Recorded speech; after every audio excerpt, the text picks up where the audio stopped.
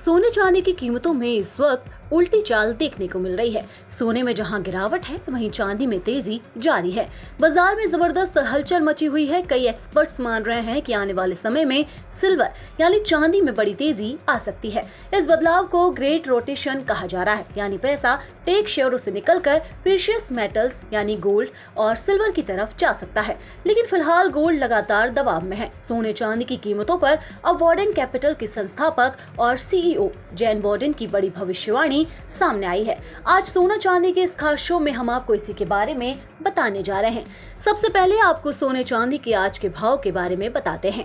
Multi commodity exchange यानी MCX पर आज दोपहर करीब 3 बजे 5 जून 2026 की डिलीवरी वाला सोना 300 रुपए की गिरावट के साथ 1,57,974 रुपए प्रति 10 ग्राम पर ट्रेड कर रहा था।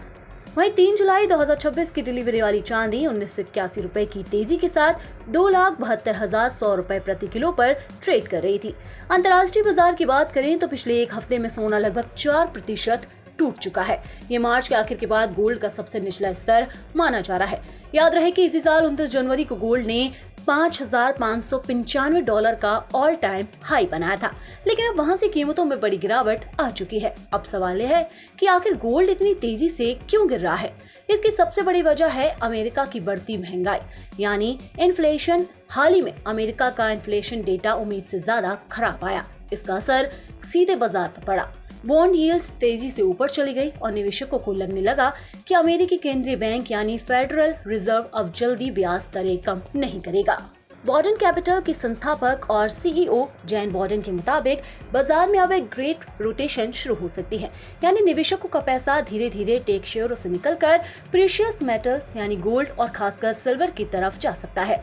जैन वार्डन का कहना है कि फिलहाल गोल्ड दबाव में जरूर है, लेकिन ये गिरावट हमेशा के लिए नहीं मानी जानी चाहिए। उनका कहना है कि मौजूदा हालात में निवेशक टेक सेक्टर की कमजोरी और बढ़ती आर्थिक अनिश्चितता से बचने के लिए धीरे धीरे प्रीशियस मेटल्स की तरफ रुख कर सकते हैं। खासकर सिल्वर आने वाले समय में ज्यादा मजबूत प्रदर्शन कर सकता है, क्योंकि इसमें सेफ हेवन और इंडस्ट्रियल डिमांड दोनों का फायदा मिलता है।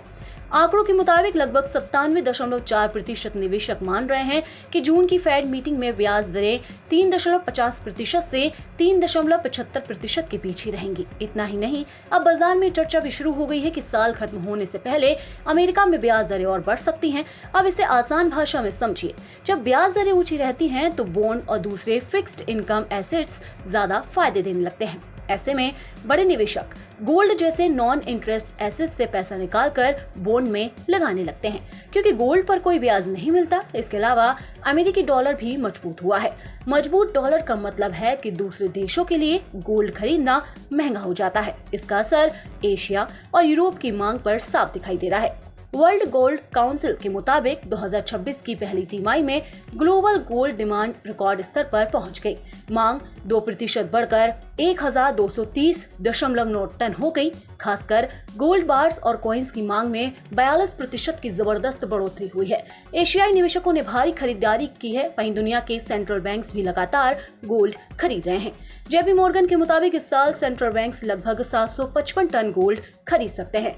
बैंक का अनुमान है कि इस साल के अंत तक गोल्ड फिर $5,000 तक जा सकता है और लंबे समय में $6,000 भी संभव है। लेकिन फिलहाल तकनीकी संकेत कमजोर नजर आ रहे हैं। एनालिस्ट के अनुसार गोल्ड ने $4,600 से $4,650 का मजबूत सपोर्ट तोड़ दिया है। अब अगला सपोर्ट $4,466 से $4,423 के बीच माना जा रहा है। अगर ये भी टूटता है तो कीमतें $4,368 तक जा सकती है। तो कुल मिलाकर अभी गोल्ड पर दबाव बना हुआ है। ऊंची महंगाई, मजबूत डॉलर और ऊंची ब्याज दरें गोल्ड को कमजोर कर रही हैं। लेकिन लंबी अवधि में सेंट्रल बैंक बाइंग और वैश्विक तनाव प्रीशियस मेटल्स को फिर सपोर्ट दे सकते हैं। और यही वजह है कि कई एक्सपर्ट्स मान रहे हैं कि आने वाले समय में सिल्वर यानी चांदी में बड़ी तेजी देखने को मिल सकती है, खासकर अगर टेक स्टॉक्स में बिकवाली जारी रहती है। आपको क्या लगता है? अपनी राय कमेंट बॉक्स में जरूर लिखें और बने रहें विस्तक के साथ।